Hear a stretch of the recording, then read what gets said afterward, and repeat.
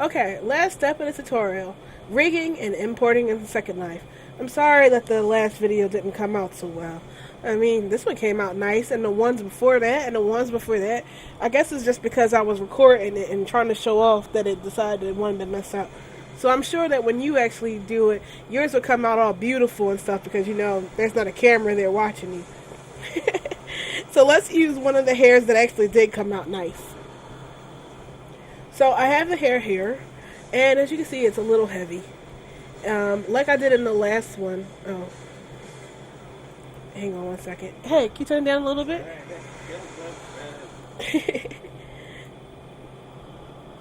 Alright, so I'm going to move this and clean up real quick. So 1, 2, 3. Let's get this out of here. Okay, so we have a hair. That's should not have any groups to it because we gotta remove everything. So delete the groups. Okay, so this is now a non-rigged hair with nothing in it, and it's kind of heavy. So we could try decimating it a little bit. Though I think I may have done it already. A little more decimation can hurt. So we're just going to stare at it. Alright. I like to just reduce it until it starts to look a little chunky. And once it's there, whatever. That's how I like to do it. So, it's been decimated. And you see that it went from 74 triangles to 74K in triangles to 28, which is still a little heavy, but nowhere near as heavy. Plus, we're going to kind of have to double it, so, whatever. You'll see when we work on it. Okay, so hair has been reduced, so we won't get those crazy hair, prim Nazis going crazy, like, oh, that hair is too heavy. No, it's not. It's light now, so shut up. Alright. So in all seriousness, we have the hair, it's been reduced, it's positioned, it's tailored, it fits, and now it's time to rig it to a skeleton. So what we're going to do is click on the hair, and we're going to enable our skeleton layer. Click on the hair first, hold down shift, click on the bones, it can be any bone. And I want to make sure I'm at object mode on everything. So one more time, hair, hold down shift, bones, and I'm going to press Control P, and I'm going to, with automatic, empty groups. Normally we do automatic groups when we're rigging clothes, but for hair, because we're only using a certain amount of bones, we don't need to have it all, because that'll make it harder. Because, like with, sorry, I'm everywhere. Alright. We want to use empty groups, because if we were to do automatic groups, it would transfer weights from bones that are nearby onto the hair, and that's not necessarily what we want. For example, because this is fairly close to the arm bone, if we were to move the arm using automatic weights, you would see the ponytail moving as well, and we don't want that to happen. Also, it would have done it to the head as well as the fit mesh head and then the eyes, and that would have been a whole lot of cleaning that we would have to do on the head, and it's just a waste of time.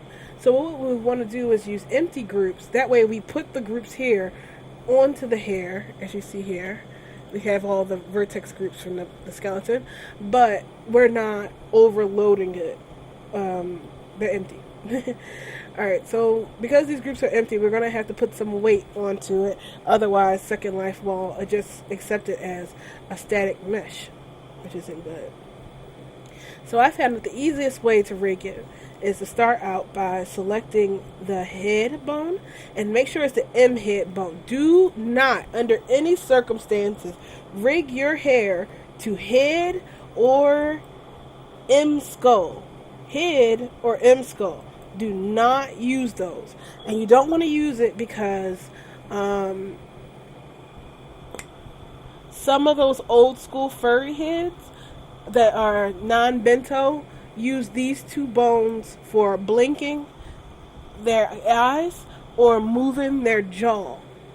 So if you rig it to this and a furry person wears the hair, it's a good chance, like a 60% chance, that their hair is going to move with the jaw or blink with the eyes. And then they got to export it and then fix it. And, nobody wants to go through that. So never rig it to those points because it's a pain in the ass for the other people. So, what we do want to rig it to is the M head bone, which is, the bone for your head. So we're going to select our head, we're going to select our mesh, and we're going to switch from object mode to weight paint mode. And we're going to select the head, and we're going to go to our weight tools mode, and we're going to turn the weights all the way up to 1, so it's bright red. And you want to make sure that this masking box isn't checked, because sometimes it's checked on some dev kits for helping you rig easier, but it only causes trouble. So we're going to make sure this box is definitely not checked. So once that box isn't checked, and you make sure that it isn't, you're going to scroll down and select weight gradient. And we're going to start from the tip of the head. Actually, I'm going to back up a little bit and select it again. We're going to start from the top of the head, a little bit above, and you're going to drag it down and rain color down on your head. Now you may, to make it easier for you, we may want to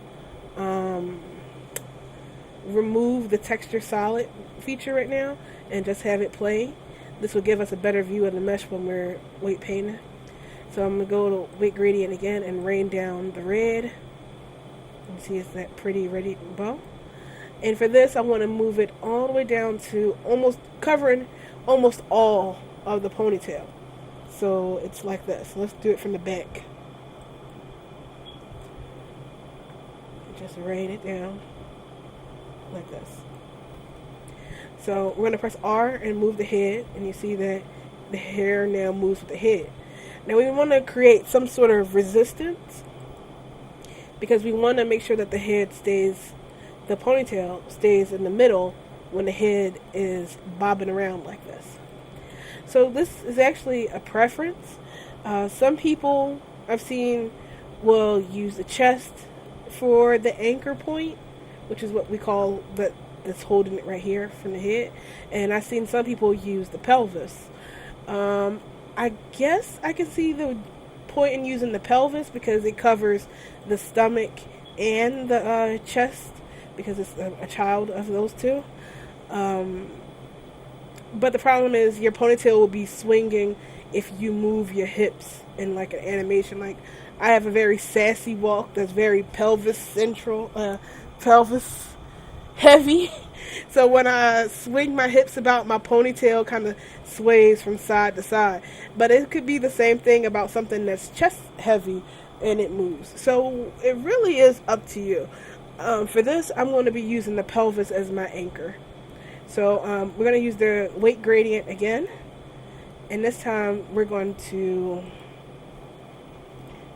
zoom out a bit. So we're going to use our weight gradient. And we're going to pull it up from the bottom going up to slightly, I guess, around where my shoulders are at, right here. Now we can fine tune it by moving your head, and you can see how it bends. Now if that's not giving you what you like, if you think that maybe that could be a bit smoother, you just turn your head. This is what I do. I like to turn my head and then go back into weight paint. Make sure you select your pelvis again. And I use my weight gradient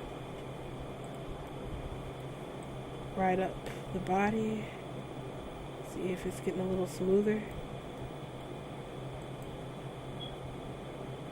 Alright, that looks a little bit better.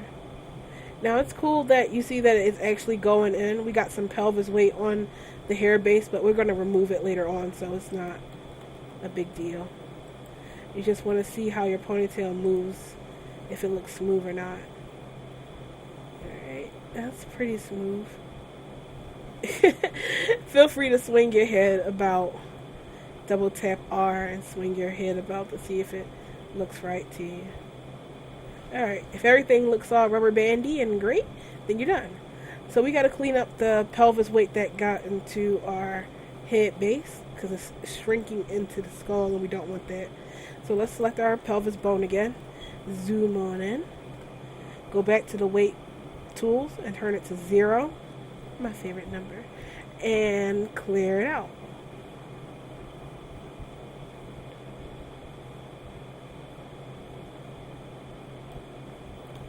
Alright.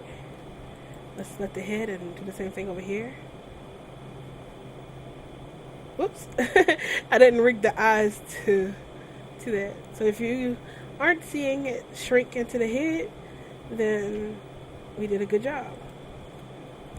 Now all that's left is for us to test it out in World and see how it looks. So I'm going to pause it real quick and sign in, and I'll meet you in World. Okay, I'm all signed in the Second Life, and I just remembered that I forgot to export the hair. So let's click on the hair and export it out. So click on it, and we're going to go File, Export, Avatar. For my avatar, I'm required to apply the armature scale because it's so tiny, so I need to do that. But if you have a normal Second Life avatar, you probably don't need to apply the scale. So I'm going to give this a unique name. Keep tapping the plus button until it stops being red, and we're going to hit save. And I'm also going to, while I'm here, create my alpha layer. It's not so much an alpha, it's more or less the alpha hair texture. You'll see it when we get in World. So what you need to do is, I guess it's called a flyaway hair. You know, the stringy strands of hair that go on top of your regular solid hair. We need to flyaways, strands. I'm not sure. Anyway, so what we need to do is create a duplicate of this. So hold down Shift and then press D. Right click. And then press S and slightly scale it up just a little bit bigger over your regular hair. And then we're going to export that too. And I'm going to keep clicking until it stops turning red. There we go. And this is going to be our stringy hair. Alright. So I have that. I'm in World now.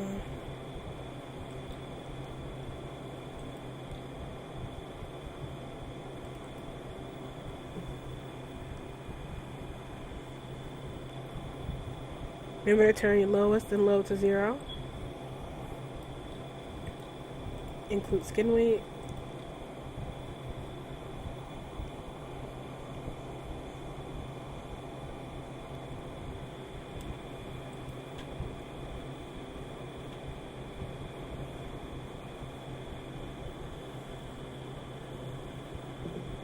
Okay, cool. Then we're going to res it. And I'm going to... I'm going to import the second one. Wait, which one is 10? Alright, so 12 is there. Now, if I don't turn lowest and low to 0, you'll see the difference in the upload fee and the land impact. Not only is it taking longer, but it's going to be a lot heavier. Like, this was only 2 land impact. This one is like 94, and it cost 104 to upload. So, yeah, turn lowest and low to 0.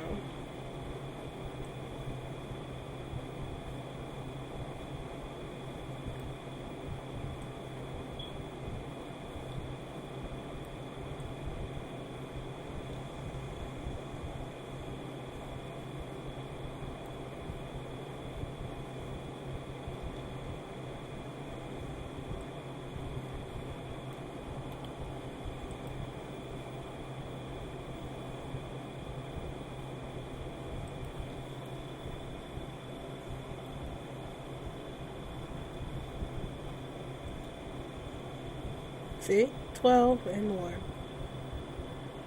It always rounds up, so it's really going to be 2.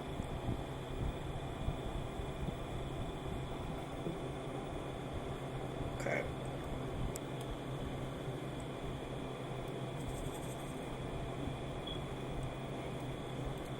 So we have our hair.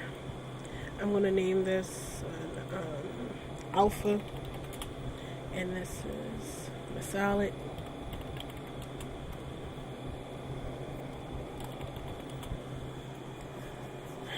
You know, and I want to link these two together. And then I'm going to build a box, because I'm just going to put the script in there. I have that Bosch script for hair. It's easy once you get it, but it's just, I guess that's unfair for not doing a tutorial on that. But even I struggled. I had to send it back to him like 3 times. Like, help me! Help me! So, alpha texture. Miku. Alright, so Miku, alpha, and Miku dip. Okay, so let's wait for all that to load.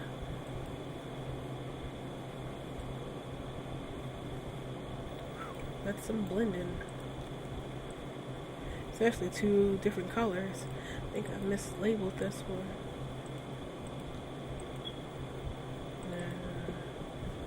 It's more like Kaito, isn't it? There we go.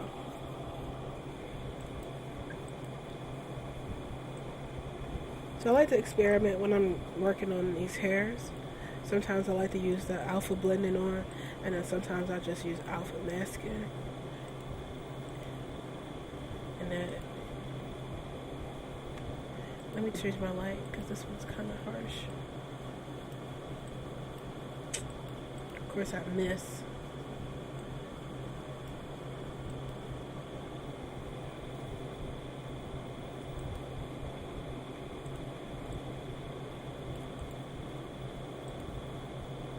Oops, no.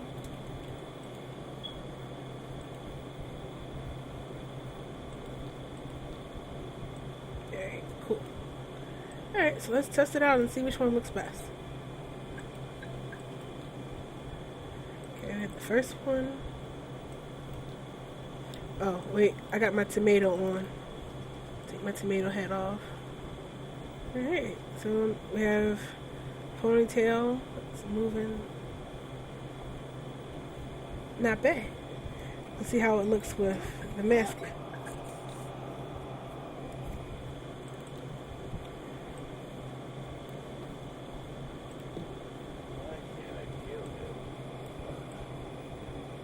Alright, so let's see.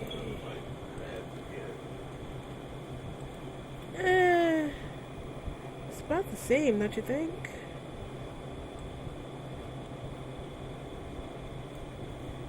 Well, either way, it came out pretty nice, don't you think? And it's really cute for this outfit.